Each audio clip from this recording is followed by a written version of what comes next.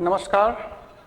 तो हमने पिछली कक्षा में पढ़ा था हिंदी की वर्णमाला के बारे में और वो उसकी राष्ट्रभाषा है या राजभाषा इस बारे में, है ना। तो एक काम करते हैं, हम उसको और थोड़ा सा डीप पढ़ते हैं गहराई से, क्योंकि आजकल कंपटीशन बहुत ज़्यादा बढ़ा हुआ है, इसलिए एकदम हल्के हल्के प्रश्न नहीं आते हैं। आजकल बहुत डीप पूछ रहे हैं, है ना, बहुत डीप पूछ रहे हैं। कई बार संख्या पूछते हैं संख्यात्मक रूप से कि इनकी संख्या कितनी है, अयोगवाह कितने हैं, ये सब पूछने लग गए हैं। आज हम इसे और थोड़ा सा डीपली पढ़ते हैं, ठीक है। तो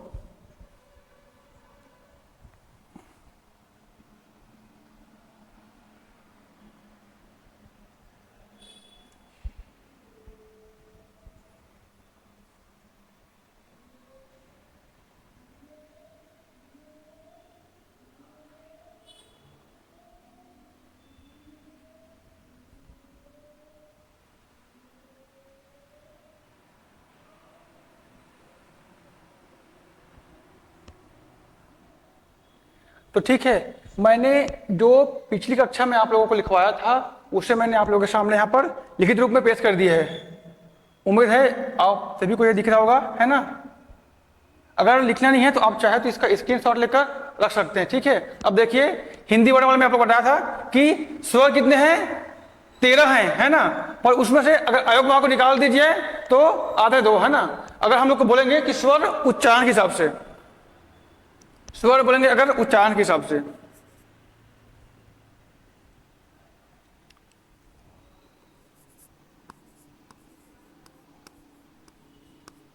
उच्चारण के हिसाब से तो कितने होंगे, 10, है ना, 10 सर। क्योंकि उसमें उच्चारण में अ आ ई उ इसको नहीं गिनते, री को, ए ओ औ, बस इसको बोलेंगे उच्चारण के हिसाब से। अगर कहेंगे इसको लिखित रूप में तब ही आएगा। उच्चारण के हिसाब से हो गया स्वर, 10 स्वर और व्यंजन, 10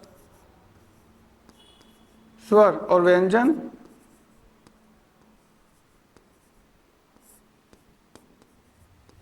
35।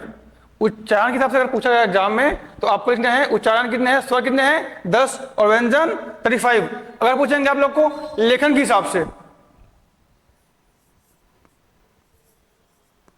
लेखन के हिसाब से तो स्वर है आपके 13 और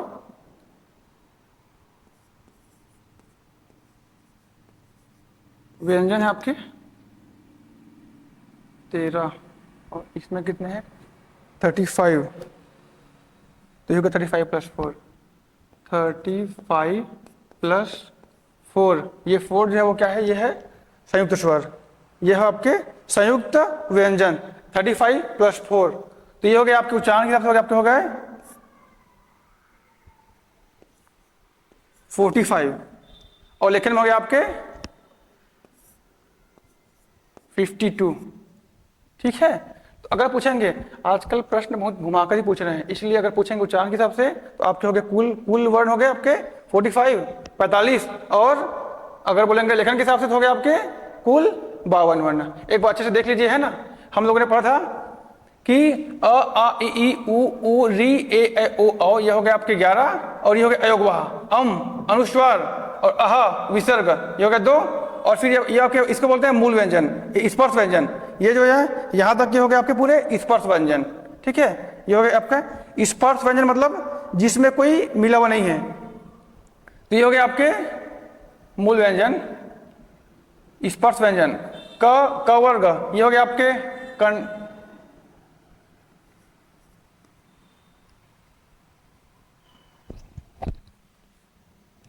ये हो गया आपके कंठ हो गए, कंठ हो गए।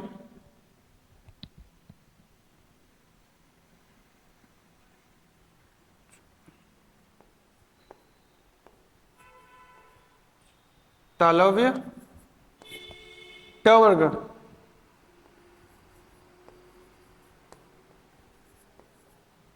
मूर्धन्य, मूर्धन्य,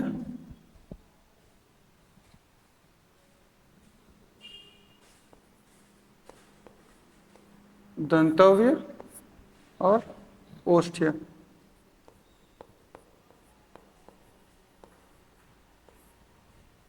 तो पिछली क्लास में हमने पढ़ा है कि क वर्ग आपका है कंठव्य, क्योंकि इसका स्वर निकलता है कंठ से।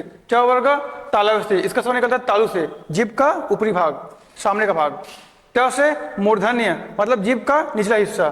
त वर्ग दंतव्य, जो हमारे दांत को टच करता है, हमारा जो जीभ है वो दांत को टच करता है।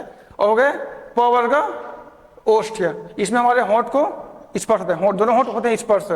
फिर ये अंतस्थ व्यंजन, हाँ, जिसका स्वर अंदर से आता है। फिर उस व्यंजन जिसमें ज्यादा मात्रा में गर्म हवा निकलती है हमारे मुंह से। फिर द्विगुण व्यंजन, इसको द्विगुण क्यों बोलते हैं? क्योंकि ये ड से क्या बना है अड़, और ढ से बना है अढ़, ठीक है। फिर ये संयुक्त व्यंजन छ बने आपका क और श से। फिर त्र बने आपका त और र से। फिर ग बने आपका ज और इ से। फिर स्र बने आपका स्र, श और र से।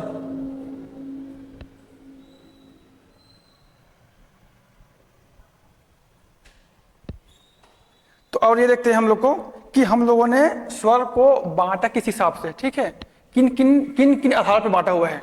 तो पहला है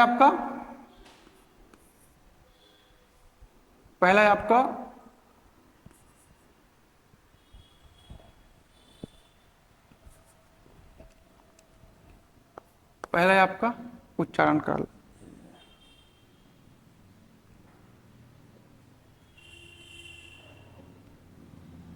पहला है आपका उच्चारण काल।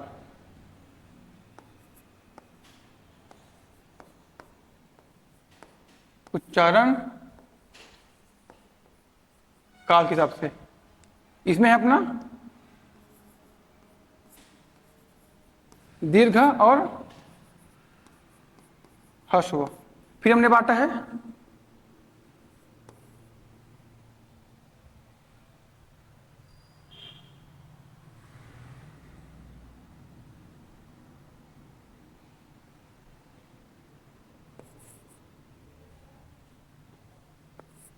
जीभ के आधार पर।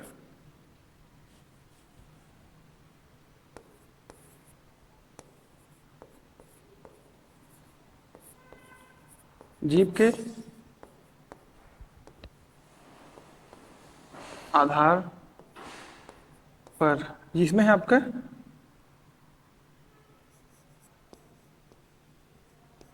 अग्रस्वर,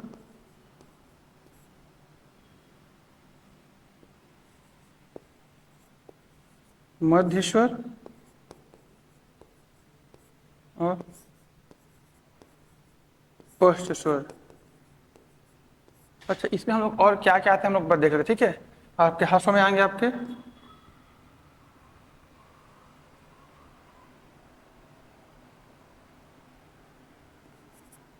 अ, ई, उ। दीर्घ में आएंगे आपके आ, ई, उ, ए, ऐ,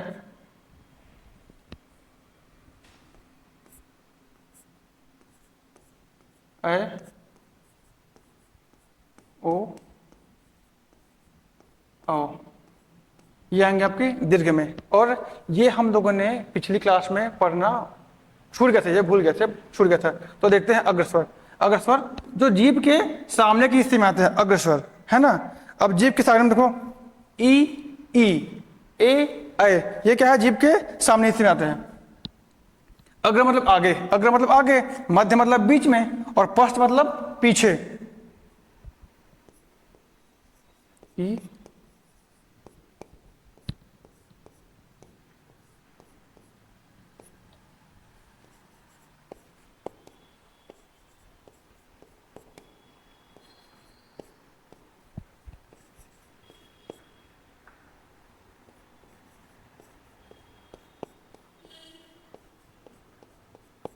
ठीक है। तो मध्य स्वर क्या है? अ है। अ ही एकमात्र स्वर ऐसा है जो हमारे जीभ के बीच वाले हिस्से में स्पर्श करता है। अ, जहां हमारे बीच जीभ के मध्य हिस्से में जोर पड़ता है, अ। फिर प स्वर आ, उ, ओ, औ, ठीक है। फिर बांटेंगे इसको हम लोग ओष्ठ के आधार पर, होंठ, ये तीसरे नंबर, थर्ड नंबर आगा आपका ओष्ठ या फिर होंठ के आधार पर। होंठ के आधार पर भी इसे हम लोगों ने दो भाग में बांटा हुआ है।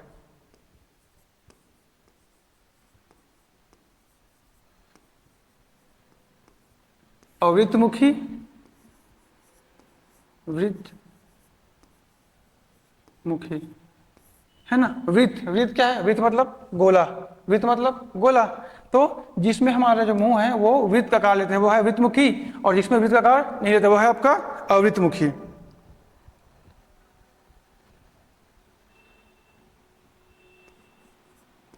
अ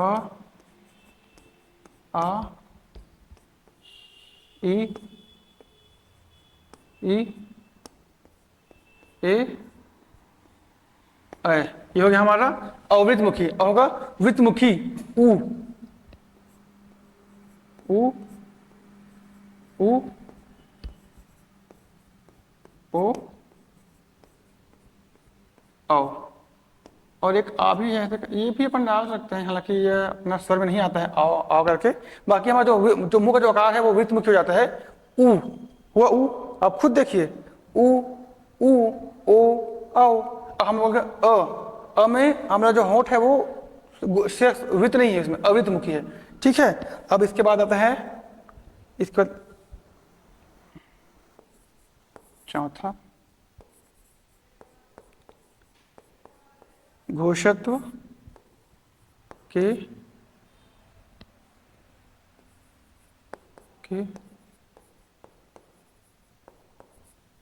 आधार पर।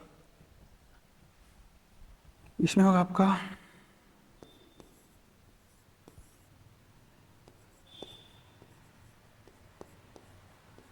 सघोष,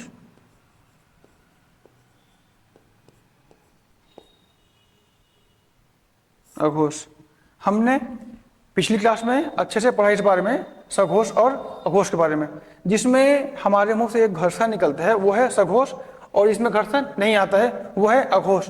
क ख अघोष, फिर ग घ। मतलब हम लोगों ने जो बनाया वर्ग ना, वर्ग, तो उसमें प्रथम अक्षर और द्वितीय अक्षर वो क्या है, पूरे सघोष अघोष है, अघोष। फिर तीसरा, चौथा और पांचवा अक्षर है ना, तृतीय अक्षर, चतुर्थ अक्षर और पांचवा अक्षर पूरे क्या है, अघोष, सघोष सघोष है ना।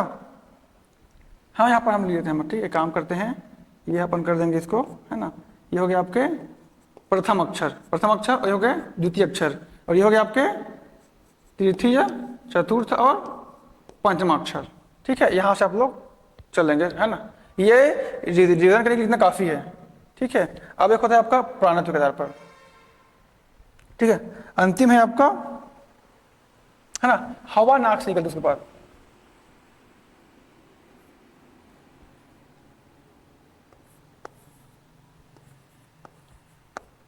हवा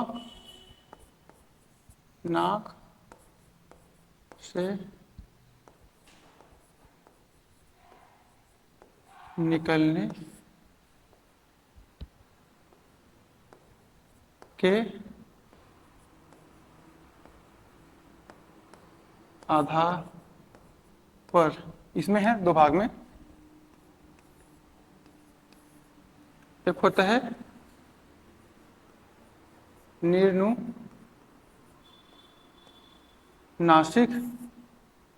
और दूसरा है आपका अनुनासिक।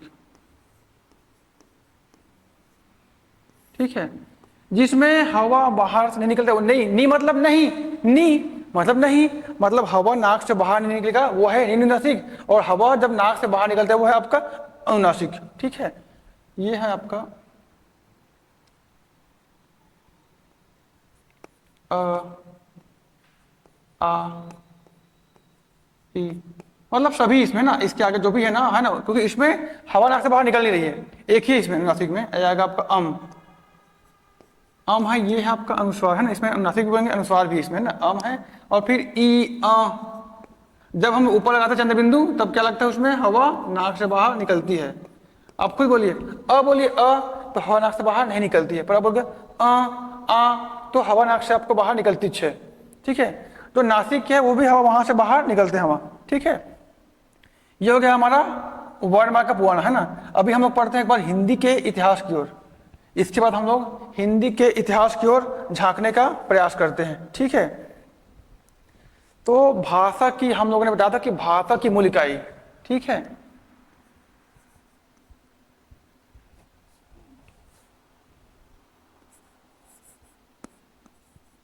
भाषा की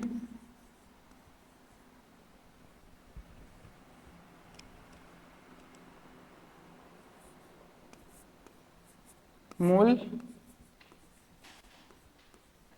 इकाई है वर्ण। ठीक है, अब व्यापम वाले क्या करते हैं जिसको, इसी चीज को है ना, हमको पता है कि भाषा की मूल इकाई वर्ण है, पर वो हमको उस इसी चीज को घुमाकर पूछते हैं। ठीक है, तो हम देखते हैं कि इसको व्यापम वाले और कैसे घुमा सकते हैं। ठीक है, भाषा की है ना, इसे छोड़, इसको भाषा की छोटी इकाई, ये भी क्या है, वर्ण है ना। अब क्या बोल सकते हैं लोग, भाषा की मूल ध्वनि, ऐसे भी लोग पूछ सकते हैं। ठीक है, यहां भी आएगा वर्ण। और क्या बोल सकते हैं लोग, भाषा की अखंड इकाई,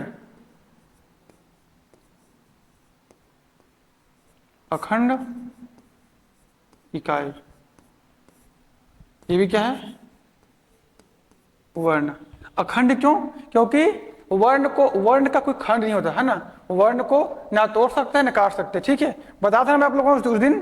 ठीक है, जैसे कि ये र है ना, तो र में क्या है, दो वर्ण है, अक्षर है, अक्षर को हम लोग काट सकते हैं अक्षर को। ठीक है, ये हो गया आपका र धन अ, तो ये क्या है, ये है आपका, ये है आपका अक्षर, र है आपका अक्षर और ये है आपका वर्ण, एक और दो है ना, ये हो गया आपका अक्षर, इसमें एक अक्षर है और यहाँ पर दो वर्ण है, एक अक्षर आपके, हाँ वर्ण दो।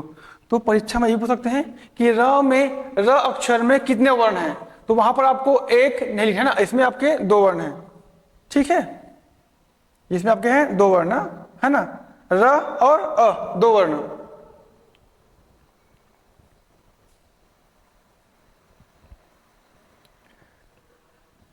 ठीक है,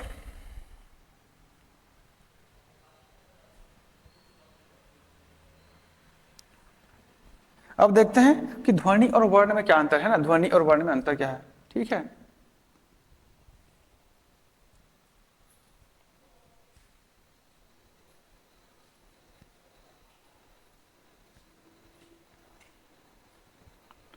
ध्वनि और वर्ण में अंतर, ध्वनि मैंने कल भी आपको बताया था, ध्वनि क्या है आपका, श्रव्य अर्थात सुनने वाला है ना, सुनने, जिसको सुनते हैं वो है ध्वनि है ना। जब हमको इसको कानों में पढ़ते यह ध्वनि है, और है आपका वर्ण। ध्वनि वर्ण कब बनता है, ये होता है जब यह लिखित में होता है, श्रव्य है मतलब जो सुनने में आता है, और ये होता है लिखित में है ये स्वर्ण। ठीक है ना। अगर बोलेंगे ना कि ध्वनि है ना, तो वर्ण का इसको क्या होता है, दृष्टव्य,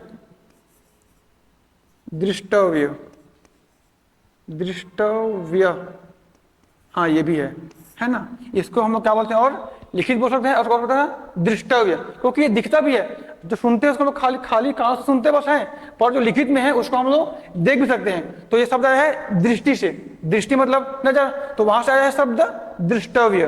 ठीक है। अब पढ़ते हैं कि ये हिंदी की लिपि क्या है। ठीक है, हिंदी की लिपि है, लिपि, अच्छा लिपि है क्या, एक बार देखते हैं पहले। लिपि है,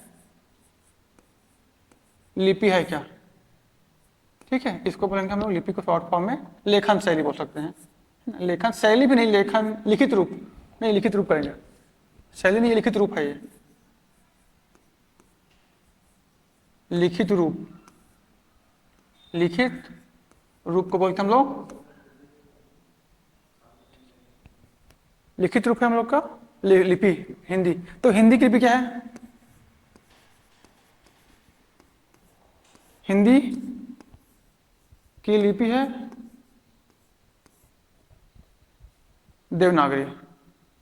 अच्छा एक बात है, देवनागरी हम लिपि का, ठीक है, यहाँ पर लिखते हैं हम लोग देवनागरी,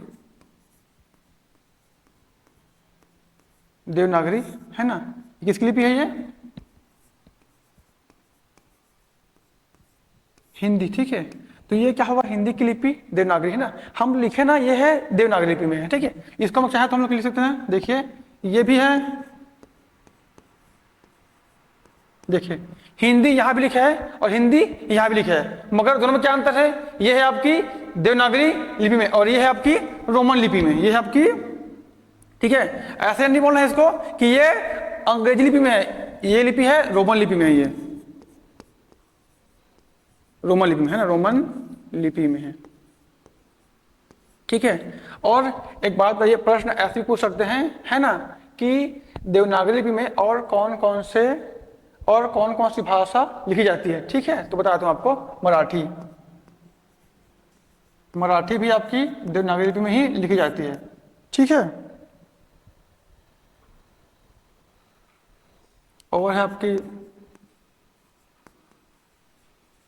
संस्कृत, और है आपकी पाली, और है आपकी कोंकणी।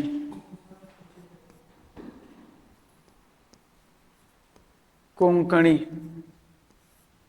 ठीक है, तो ये है हमारी, ये हिंदी जो है देवनागरी लिपि में हिंदी, मराठी, संस्कृत, पाली और कोंकणी भी लिखी जाती है। ठीक है, और रोमन लिपि में आपको देखिए आप लोग है ना, ये कौन सा लिखा जाए रोमन लिपि में? ये है आपका अंग्रेजी, इसको मैं,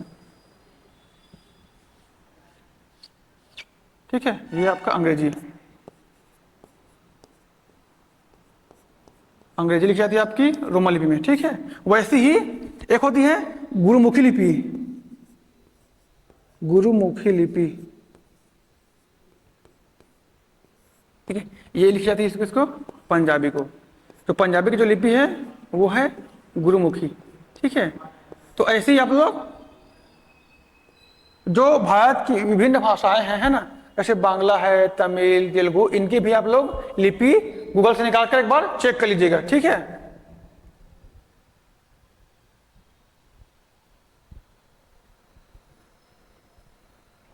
ठीक है, तो जो देवनागरी लिपि है उसका आरंभ हुआ है ब्राह्मी लिपि से, है ना, ये उसकी जननी है ब्राह्मी लिपि, या इसका पुराना नाम नहीं, इसकी जननी ब्राह्मी लिपि। ठीक है, ब्राह्मी लिपि, इसे और क्या बोलते हैं? Abu Dhabi, Abu Dhabi,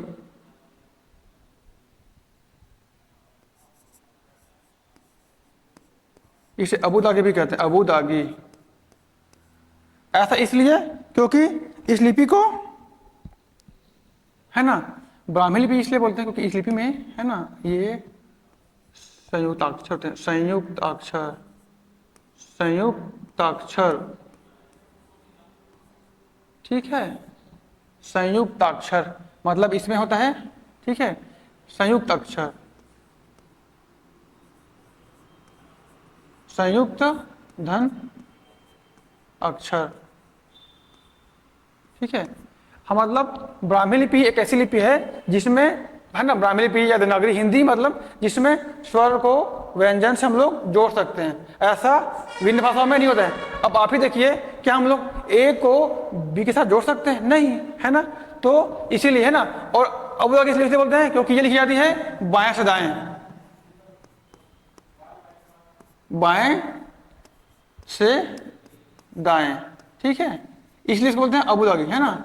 English भी हम लोग, इंग्लिश भी को भी हम लोग अबूदागी बोल सकते हैं, क्योंकि उसे भी हम लोग बाएं से दाएं लिख सकते हैं।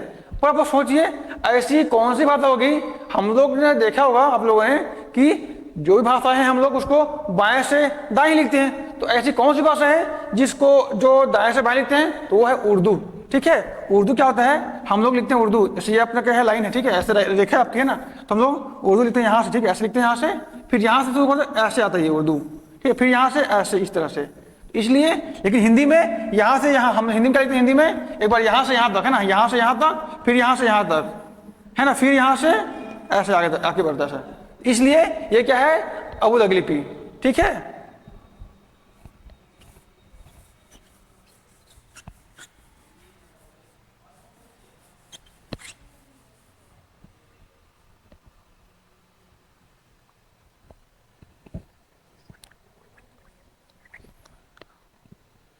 अच्छा, पाली अगर पूछेगा आप लोग को, ठीक है, कि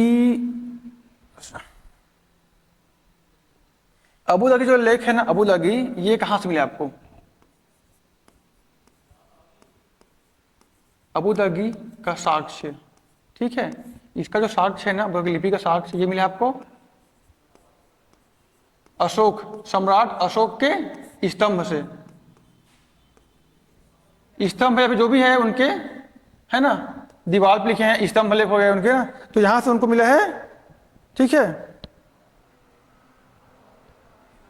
और हमको, है ना, देखिए हिंदी का शुरुआत हुआ है, ठीक है, ये हो गया हिंदी को पढ़ने क्रम। हिंदी जो है ना संस्कृत से आया हुआ है, इसका क्रम क्या है देख लीजिए एक बार, इसका क्रम है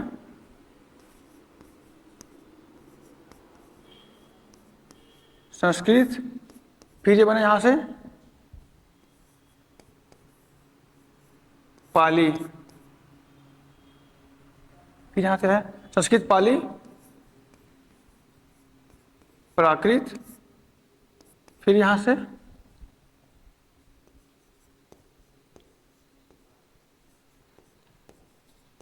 अपभ्रंश, फिर यहां से आया है हिंदी,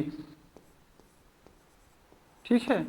हमें संस्कृत हिंदी से एक एक नहीं मिला है, संस्कृत से पहले बना ये वाला पाली, है ना, फिर वहां से प्राकृत, फिर अपभ्रंश, और फिर हिंदी। अपभ्रंश को क्या बोलते हैं, इसको बोलते हैं अवहट भी बोलते हैं, इसको अवहट, अवहट भी बोलते हैं इसको, अवहट, है ना, अवहट करके, ये भी अपभ्रंश ही है, ये भी क्या है, अपभ्रंश, ठीक है। हमें जो बुद्ध के है ना, जो बुद्ध के उनका जो भाषण है, संबोधन हम मिलते हैं पाली भाषा में, जो बुद्ध के से संबोधन है, महावीर और बुद्ध दोनों के ना, गौतम बुद्ध के जो है संबोधन, वो मिलते हैं हमें पाली भाषा में, ठीक है,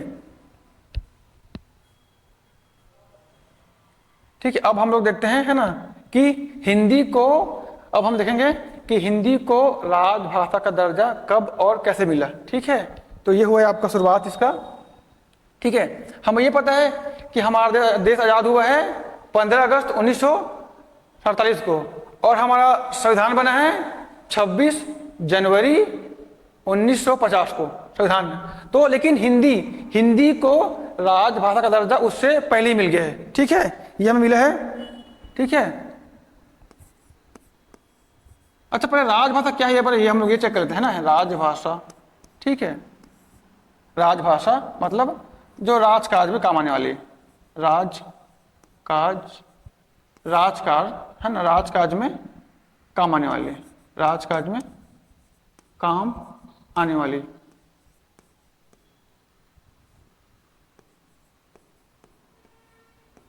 काम आने वाले, ठीक है, ये हो गई। और है हमारी राष्ट्रीय भाषा, एक है हमारी राष्ट्रीय भाषा, है ना, राजभाषा और राष्ट्रीय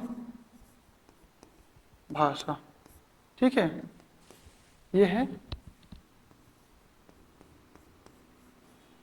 जनसंपर्क, ठीक है, बोली जाने वाली, बोली जाने या राष्ट्र में, ठीक है, राष्ट्र में ठीक है। राष्ट्रभाषा मतलब, राष्ट्रीय भाषा मतलब राष्ट्र में बोली जाने वाली, ठीक है। ये हमारी राष्ट्र में बोली जाने वाली भाषा है ना। तो हमारे पास राष्ट्रभाषा तो बहुत है ना, तमिल, तेलुगु, बांग्ला, सभी क्या हमारे राष्ट्रीय भाषा है, क्योंकि ये राष्ट्र में जनसंपर्क में बोली जाती है। और राजभाषा जो हमारे राजकाज में काम आने वाली भाषा है ना। जब संविधान का निर्माण हुआ है ना, तो वहाँ संविधान में बैठे हुए सभी लोगों ने एक निर्णय लिया है कि एक कॉमन भाषा, एक सामान्य भाषा होनी चाहिए जो पूरे देश भर में काम आए, ठीक है। तो उसके लिए राजभाषा का चयन किया गया है, ठीक है। तो हिंदी है हमारी, है ना, संघ की भाषा। अच्छा, राजभाषा मतलब देखो, ये ना दो अक्षर से बना है मिलकर ना, राजभाषा मतलब, ठीक है, राजधन भाषा, ठीक है। मतलब राज मतलब जो राजकीय काम काज में उपयोग होने वाली भाषा, ठीक है। तो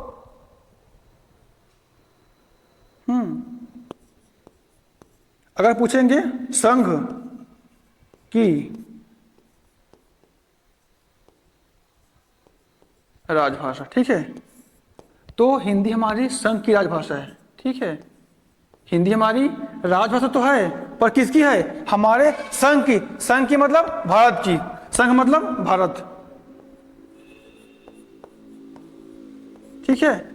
संघ मतलब भारत के सभी राजकाज वाले कार्यों में आने वाली भाषा, ठीक है। अगर हम बोलेंगे, अगर वापस में पूछ लिया कि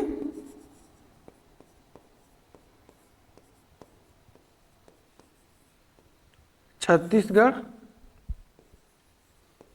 की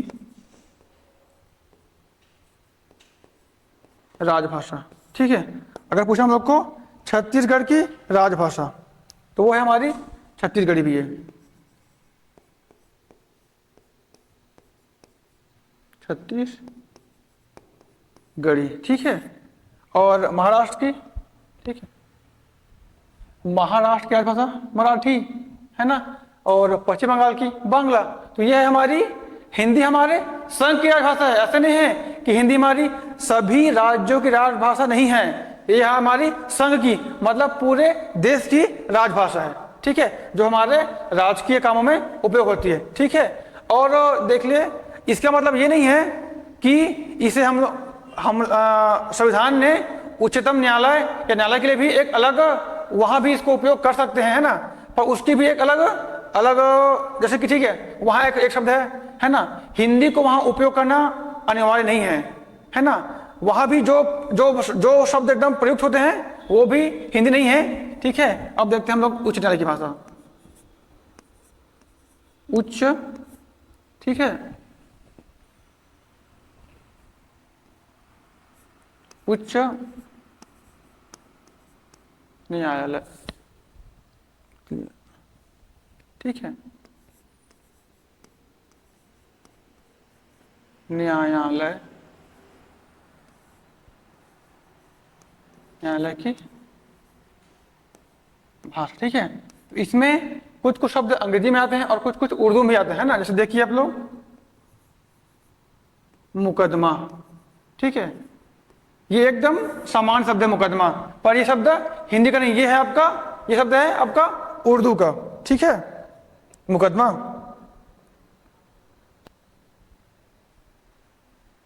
ठीक है। ये हो गया आपका। अब देखते हैं, ठीक है, कि हिंदी को लेकर संविधान में हिंदी को जो राजभाषा बनाया है, तो वो संविधान के किस अनुच्छेद में लिखा गया है, ठीक है, हम लोग देखेंगे, ठीक है। हम लोग देखते हैं, इसे लिखा गया है हिंदी को राजभाषा का दर्जा कब मिला, ठीक है। एक प्रश्न हम लोग लिखते हैं एक बार कि हिंदी को,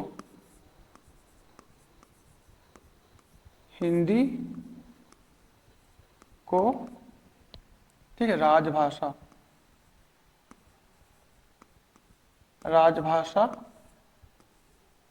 का दर्जा कब और कैसे मिला,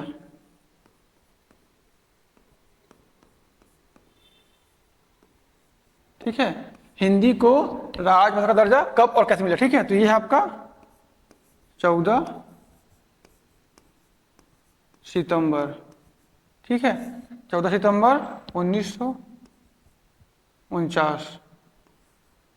इसीलिए 14 सितंबर को, ठीक है, इसी दर्जा मिला, इसीलिए हम लोग को 14 सितंबर को, ठीक है, 14 सितंबर को हम लोग किस रूप में मनाते हैं, एक बार याद कीजिए।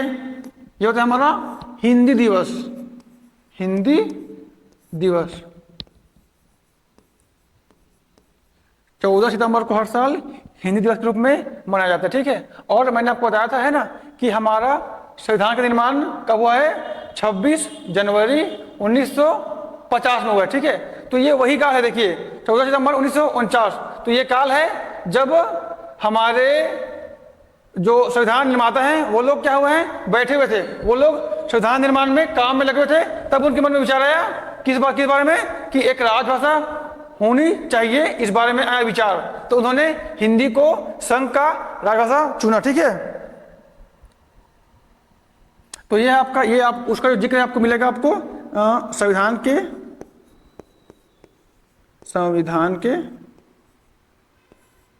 ठीक है, संविधान के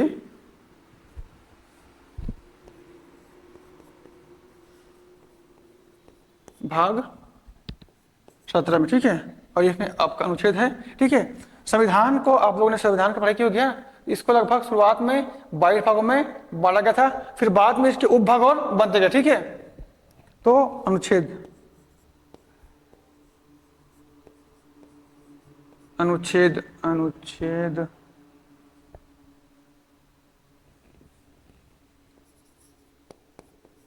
अनुच्छेद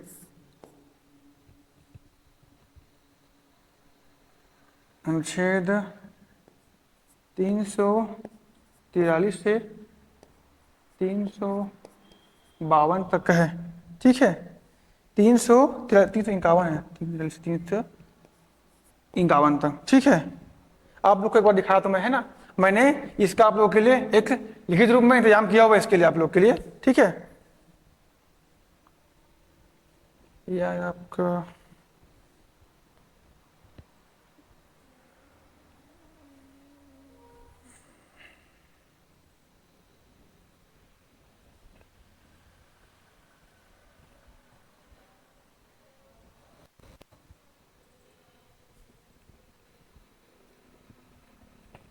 अच्छा, पहले इसको बैक करते हैं, काम करते हैं हम लोग।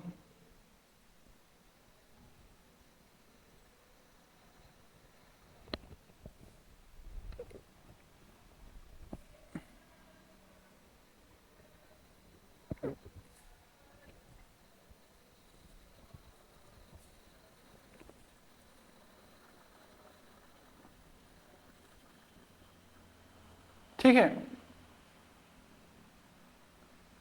तो ये देखिए भाग 17 राजभाषा, अनुच्छेद 343 से 351 तक, ठीक है। तो इसमें ये क्या है, पूरे अध्याय बने, अनुच्छेद पर बने हुए हैं। तो अध्याय 1 जो है, अध्याय 1 संघ की भाषा, है ना, बताता आपको, ये है आपकी संघ की भाषा, पूरे देश की भाषा, ठीक है। तो अनुच्छेद 343 में क्या बोला है, ये इसे अनुच्छेद 343 में इसे संघ की राजभाषा का दर्जा दिया गया, ठीक है। यहां से भी आपके लिए प्रश्न बन सकते हैं कि किस अनुच्छेद में हिंदी को राजभाषा का दर्जा दिया गया है। तो आपका उत्तर होना चाहिए 343, है ना, का दर्जा दिया है, ठीक है। फिर बोल रहे हैं अनुच्छेद 345, ठीक है, ये आपके अध्याय 2 प्रादेशिक भाषा के लिए बना हुआ, ठीक है। ये तो आपकी संघ की भाषा के लिए है। और ये जो अनुच्छेद है ना, ये यहाँ से यहाँ तक, ये आपकी ये 3 अनुच्छेद है आपके प्रादेशिक भाषाओं के लिए, ठीक है। अनुच्छेद 345 बोल रहे हैं कि राज्य की राजभाषा या राजभाषाएं, मतलब राज्य की 1 या 2 भाषाएं हो सकती है, उन्हें राज्य की, जो राज्य के कामकाज में उपयोग आती है, वो है राज्य की राजभाषा, ठीक है। जैसे छत्तीसगढ़ को भी सन 2007 में, ठीक है, एक बार देख लीजिएगा, में राजभाषा का दर्जा उसके लिए आवेदन दिया गया था, तो वो हो गया पारित, है ना, पारित हो गया वो राज्य की राजभाषा, ठीक है। वैसे ही है, वैसे अनुच्छेद 346 में एक राज्य और दूसरे राज्य के बीच या किसी राज्य और संघ के बीच पत्रादि की राजभाषा। ठीक है, माने दो राज्य मिलकर खुद ही ये तय कर सकते हैं कि जब हमारे आपस में कुछ पत्राचार होगा या कुछ वाद विवाद, कुछ बात या कुछ योजना होगा, तो उसे हम लोगों ने किस भाषा में दर्ज करेंगे। ठीक है, और अनुच्छेद 347 ये बोल रहे हैं किसी राज्य की जनसंख्या के किसी अनुभाग द्वारा बोली जाने वाली भाषा के संबंध में विशेष उपबंध। ठीक है, मतलब विशेष उपबंध। ठीक है, अगर सोचिए, ठीक है, ये आपकी, अगर आप खुद जानते हैं कि हमारे छत्तीसगढ़ में है ना बहुत सारी भाषाएं बोली जाती है। ठीक है, भाषाएं नहीं मतलब बोली है, बोली बोलेंगे उसे। ठीक है, जैसे कि हो गया हम लोग की बस्तर में हल्बी, गोंडी, और सरगुजा में है सरगुजिया। ठीक है, और बिलासपुर तरफ भी है बस्तरिया। हमारे खुद की भाषाओं में बहुत सारे अंतर है। ठीक है, अच्छा इसके लिए मुझे एक कहावत याद आ गया। ठीक है ना, कि छत्तीसगढ़ी में एक कहावत है। ठीक है, कि 4 कोस में पानी बदले और 8 कोस में बानी। ठीक है, अर्थात ये है कि हम खुद कुछ दूर यात्रा करते हैं ना, तो पानी का स्वाद बदल जाता है। ठीक है, वैसे ही हम लोग कुछ दूर जाते हैं है ना, 8 कोस, बस 8 कोस कहने का है। ठीक है, तो हमारी बानी बदल जाती है। ठीक है, जैसे हम लोग बोले हिंदी में एक वाक्य है ना, हिंदी में एक वाक्य है ना,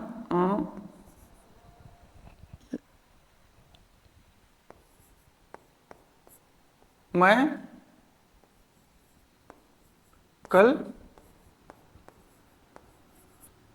रायपुर गया था। ठीक है, ये है मैं कल रायपुर गया था, हिंदी में एक वाक्य। ठीक है, इसे हमारे मतलब कभी कभी जाइए है ना, बिलासपुर तरफ इसको अलग बोलेंगे, राजनांदगांव तरफ अलग बोलेंगे है ना, राजनांदगांव दुर्ग रायपुर तरफ, और आओगे इसको बस्तर में तो उसको एक अलग ही बोलेंगे। ठीक है, जैसे कि आप लोग जाओगे ना दुर्ग वाले हिस्से में तो बोलेंगे है ना छत्तीसगढ़ी में, ये है आपकी है ना, ये है आपकी हिंदी में। ठीक है, ये है आपकी हिंदी में है, तो दुर्ग तरफ क्या बोलेंगे, दुर्ग में क्या बोलेंगे इसको है ना,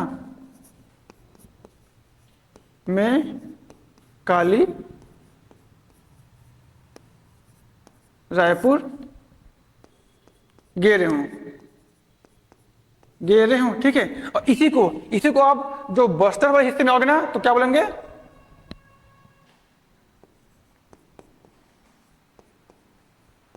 मैं काली रायपुर जा रहे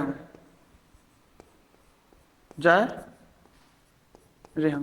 ठीक है, आप लोग अपने खुद होंगे ना कोई परिचित ना, तो उनसे आप खुद इसको फील कीजिए, खुद एक बार बोल के देखिए ना, तो यहाँ क्या बोलेंगे, मैं काली रायपुर गे रहे हूं, और यहाँ बोलेंगे बस्तर में मैं काली रायपुर जा रहे हूं। ठीक है, तो ये हल्का हल्का अंतर होता है ना, तो ये आपके बोली का प्रभाव है, ये आपकी बोली का प्रभाव है। ठीक है, तो वैसे ही देखिए है ना, और देखो इसमें क्या लिखा है, क्या बोल रहा है, किसी राज्य की जनसंख्या के किसी अनुभाग द्वारा बोली जाने वाली भाषा के संबंध में विशेष उपबंध। ठीक है, देखिए अगर कोई बस्तर का कोई व्यक्ति है ना, जिसे कुछ समस्या आ गई, ठीक है, या नक्सली समस्या हो गया या कुछ भी समस्या हो गया है ना, तो वो है ना, या कुछ दुर्घटना हो गया या फिर उनके साथ नाइंसाफी हुआ है, तो वो जिले के मुख्यालय में आकर किस भाषा में बात करेगा बताइए, तो उसके भी उपबंध है कि आप अपनी जो वाणी है वो अपने गोंडी में हल्बी में जिस भाषा में ही आप लोग दे सकते। ठीक है, उसे हम लोग क्योंकि अधिकार पाना उनका हक है, तो उससे हम यह जिद नहीं कर सकते कि नहीं आप अपना रिपोर्ट हिंदी में लिखाओ या आप अपना रिपोर्ट अंग्रेजी में दर्ज कीजिए। इस चीज के लिए हम उन्हें जिद नहीं कर सकते है ना, तो उन्हें इसलिए ये क्या दिया आपका अनुच्छेद 347 में। ठीक है, उसके बाद बोल रहा है हाँ उच्चतम न्यायालय और उच्च न्यायालय, ठीक है, आदि की भाषा, इसी के बारे में आप लोग को बात करते हैं। ठीक है, अनुच्छेद 348 बोल रहे आपको कि उच्चतम न्यायालय और उच्च न्यायालयों में अधिनियमों विधियों आदि के लिए प्रयोग की जाने वाली भाषा।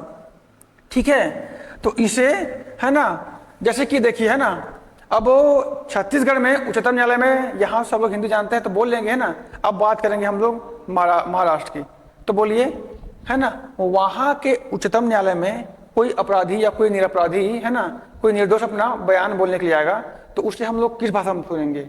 ठीक है, तो इसलिए उच्चतम न्यायालय में भी उन्होंने अपना एक खुद का ठीक है, एक प्रॉपर, हर भाषा में उनका एक अपना खुद की एक प्रॉपर शब्दावली है, ठीक है। हम लोग कुछ भी शब्दावली में उनसे बात नहीं कर सकते, ठीक है, एक प्रॉपर अच्छी उनकी शब्दावली है, ठीक है। तो उसके लिए भी है ना, यह दिया हुआ है। और अनुच्छेद 349 भाषा से संबंधित कुछ विधियां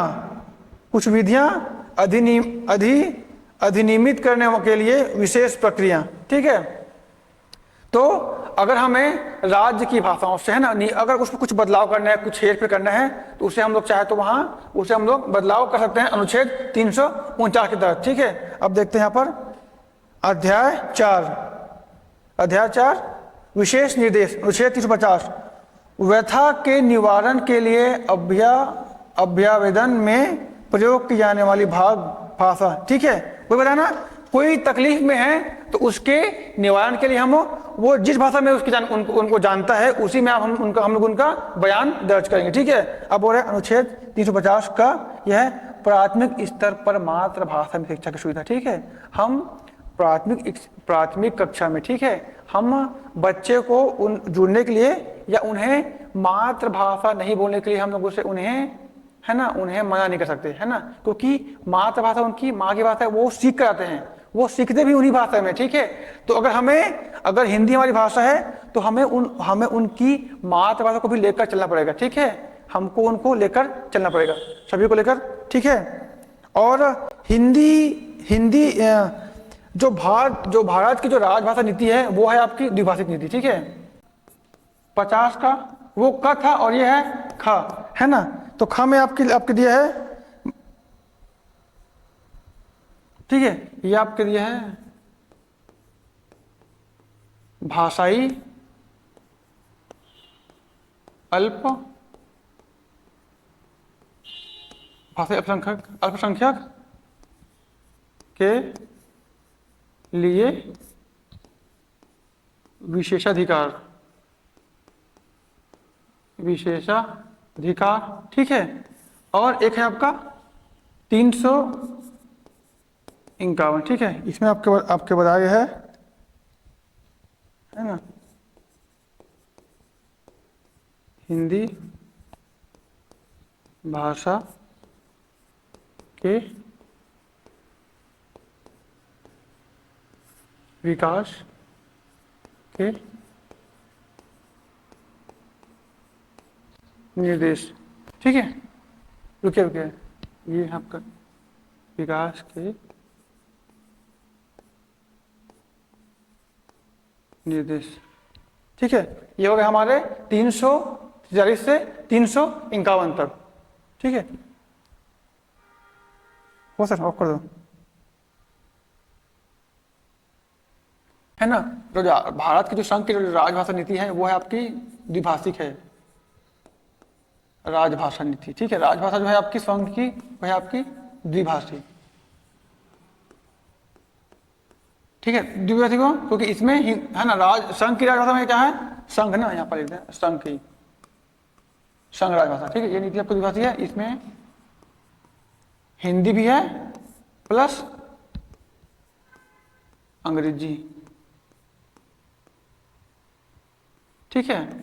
आप लोगों ने सुना होगा, है ना, कि अंग्रेजों ने देश तो छोड़ दिया पर अंग्रेजी छोड़ के यही चले गए, ठीक है। इसलिए अंग्रेजी है ना, अंग्रेजी हमारी भाषाओं में उपयोग होती है ना, राजभाषा में, चाहे हिंदी रहे अंग्रेजी, क्योंकि हिंदी तो हमारी देश की भाषा है पर अंग्रेजी पूरे विश्व स्तर पर बोलने जाने वाली भाषा है, ठीक है। तो कभी कोई बाहर का व्यक्ति आ गया, विदेशी, है ना, उनके साथ न्याय करना है, कुछ करना है, तो हमें उनके लिए अंग्रेजी उपयोग करना पड़ता है, ठीक है। और यहाँ बहुत सारे राज्य ऐसे हैं जहाँ के लोग हिंदी भले नहीं जानते पर अंग्रेजी उनको आती है, ठीक है। तो अंग्रेजी को भी हमको राजभाषा में उनका उपयोग करना पड़ता है, ठीक है। और हिंदी को बढ़ावा देने के लिए हमारे संघ ने बहुत सारे प्रयास भी किए, ठीक है। हिंदी में अच्छी रचनाओं के लिए उन्होंने बहुत सारे अवार्ड भी दिए जाते हैं, ठीक है। हिंदी में जो अच्छी रचना लिखते हैं उसके लिए, है ना, एक है आपका साहित्य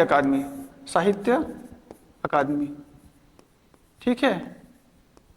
और है भाई आपका ज्ञानपीठ